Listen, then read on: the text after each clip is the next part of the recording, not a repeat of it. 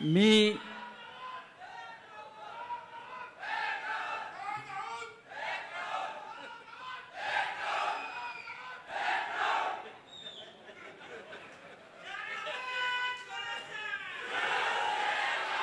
सन्माननीय शिवसेना पक्ष प्रमुख उद्धव ठाकरे साहेब, शिवसेना नेते आदित्य ठाकरे, सर्व नेते आणि या वाशिममध्ये हाऊसफुल झालेले सगळे हजारो शिवसैनिक,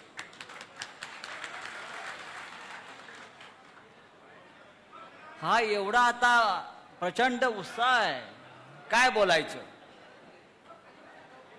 अलीकडे मी भाषण फार कमी करतो उद्धव साहेब, तुम्हाला माहिती आहे. लोक म्हणतात मी शिवराळ भाषा वापरतो.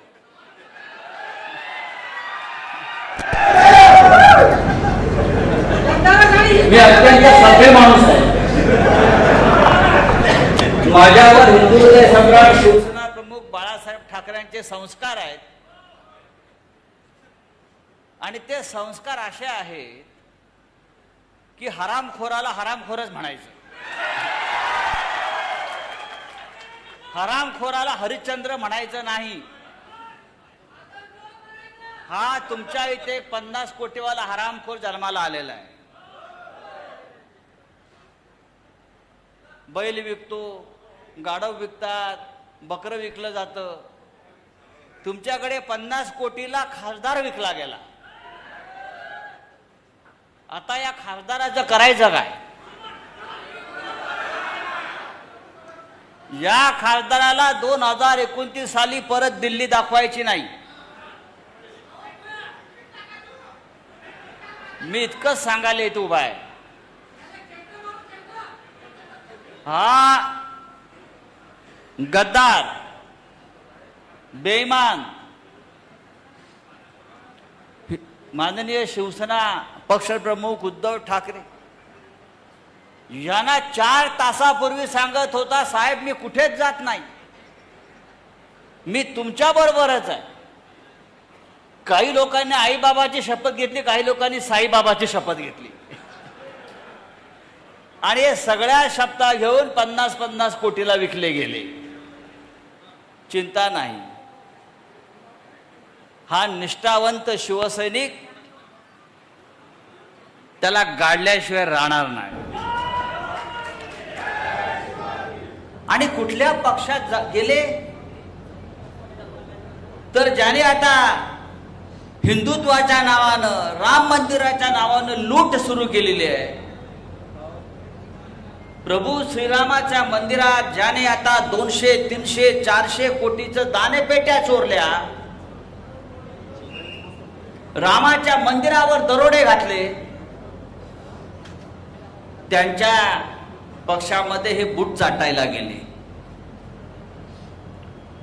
मी शिवसैनिकांना इतकंच सांगेन, शिवसैनिक कोणतंही आव्हान स्वीकारायला तयार असतो. शिवसैनिकाचं जो प्राण आहे, प्राण म्हणजे निष्ठा आहे. निष्ठा लक्षात ठेवा. आणि निष्ठा कोणाकडे असते? एकनिष्ठ राहण्यासाठी, मी नेहमी सांगतो, एकनिष्ठ राहण्यासाठी आई नेक आणि बाप एक असावा लागतो. ज्यांचे नाहीत ते निघून गेले. आम्ही आमच्या आईशी प्रामाणिक आहोत. शिवसेना आमची आई आहे. या शिवसेनेनं महाराष्ट्राला, मराठी माणसाला, शेतकऱ्याला, कष्टकऱ्याला कायम आधार दिला, ताकद दिली. आणि ह्या जिल्ह्यानं, यवतमाळ जिल्ह्यानं, वाशिमनं हिंदू हृदय सम्राट बाळासाहेब ठाकरे यांच्यावर इतकं प्रेम केलं, इतकं प्रेम केलं की खासदार दिले, आमदार दिले. आणि हेच प्रेम आपण कायम ठेवा उद्धव साहेबांच्या बाबतीत, आदित्य साहेबांच्या बाबतीत. उद्धव साहेब, लोक आपल्यावरची टीका करतात, फिरत नाही, आपण फिरत नाही. उद्धव साहेब जर फिरले नसते तर हा घाऱ्या खासदार झाला असता का? हा झाला असता का खासदार? कुठेतरी अडगळीत पडला होता, त्याला उद्धव साहेबांनी उचलून आणला, सगळ्यांनी, आमच्या अरविंद सावंतांनी वगैरे, आणि दिल्लीला पाठवलं.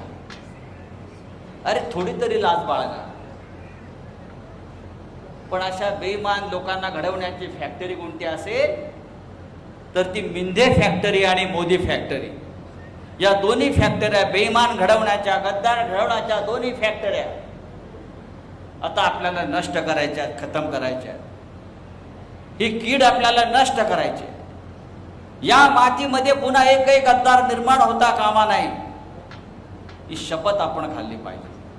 आणि मला खात्री आहे, ज्या पद्धतीचं वातावरण मला इकडे दिसतंय विदर्भात, नागपूरला साहेब उतरले, प्रचंड स्वागत. सकाळी तिकडे यवतमाळला प्रचंड मोठा मेळावा आणि स्वागत. आज वाशिमला, इथून आम्ही हिंगोलीत जाणार, परभणी, शिर्डी, धाराशिव, असं एक एक एक एक जिल्हा आणि किल्ला सर करत आम्ही निघालेलो आहोत उद्धव ठाकरे साहेबांच्या नेतृत्वात. असेल हिम्मत तर या समोर, देखेंगे किसमें कितना है दम. हे दाऊद बिऊद सोडून द्या.